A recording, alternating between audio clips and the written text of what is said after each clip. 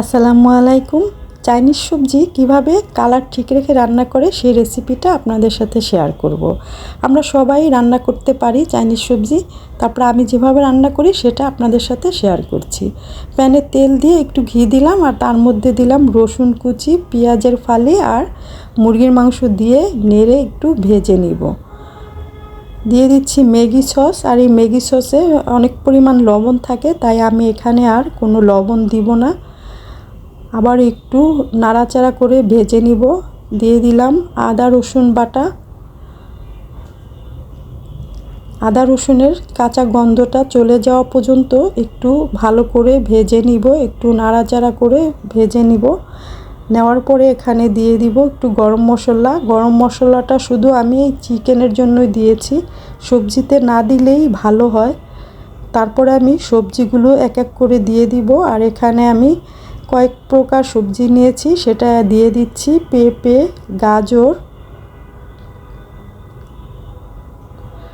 Broccoli, ফুলকপি আর এই পেঁয়াজের যে কলিগুলো আছে এগুলো আমি পরে দিব, তাই আমি এটা রেখে দিলাম। আর এখানে ফ্রোজেন করা কয়েক টুকরা আছে ক্যাপসিকাম, সেটা দিয়ে আমি কিছুক্ষণ এই সবজিটাকে একটু নাড়াচাড়া করে ভেজে নিব। ভাজার পরে আমি এখানে গরম পানি দিয়ে দিলাম। আর এই গরম পানিটা আমি একটু দিয়ে আবারও সবজিগুলো নাড়াচাড়া করে তারপর কিছুক্ষণ রান্না করে নিব।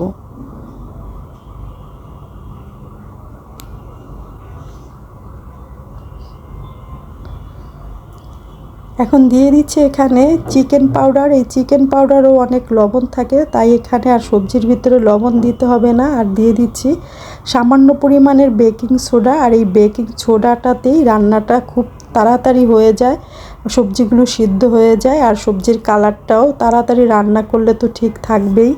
আর একটু আমি 1 মিনিটের জন্য ঢেকে দিয়েছিলাম। এখন দিয়ে দিলাম পেঁয়াজের কলি আর কয়েকটা কাঁচামরিচ ফালি করে দিয়ে একটু নাড়াচাড়া করে আবারও কিছুক্ষণ আমি রান্না করব। আর এখানে কর্নফ্লাওয়ার পানিতে গুলে এখন সেটা দিয়ে দিলাম। আর চাইনিজ সবজিতে তো কর্নফ্লাওয়ার দিতেই হবে, তাই একটু কর্নফ্লাওয়ার দিয়ে গ্রেভিটা একটু ঘন হলেই এটা কিছুক্ষণ রান্না করেই উঠিয়ে নিতে হবে। আর শেষে দিয়ে দিলাম গোলমরিচ। এই তো রান্নাটা আমার প্রায় শেষ। আর আমি এখন কিছুক্ষণ একটু নাড়াচাড়া করে তারপরে উঠিয়ে পরিবেশন করে নিব বাটিতে। আমার এই রেসিপিটা যদি এতটুকু কারো কাছে ভালো লাগে তাহলে রেসিপিটা ট্রাই করতে পারেন, আর আমাকে কমেন্ট করে জানাতে পারেন ভালো মন্দ যাই লাগুক। সবাই অনেক অনেক ভালো থাকবেন। আবারও কথা হবে নতুন কোনো রেসিপিতে।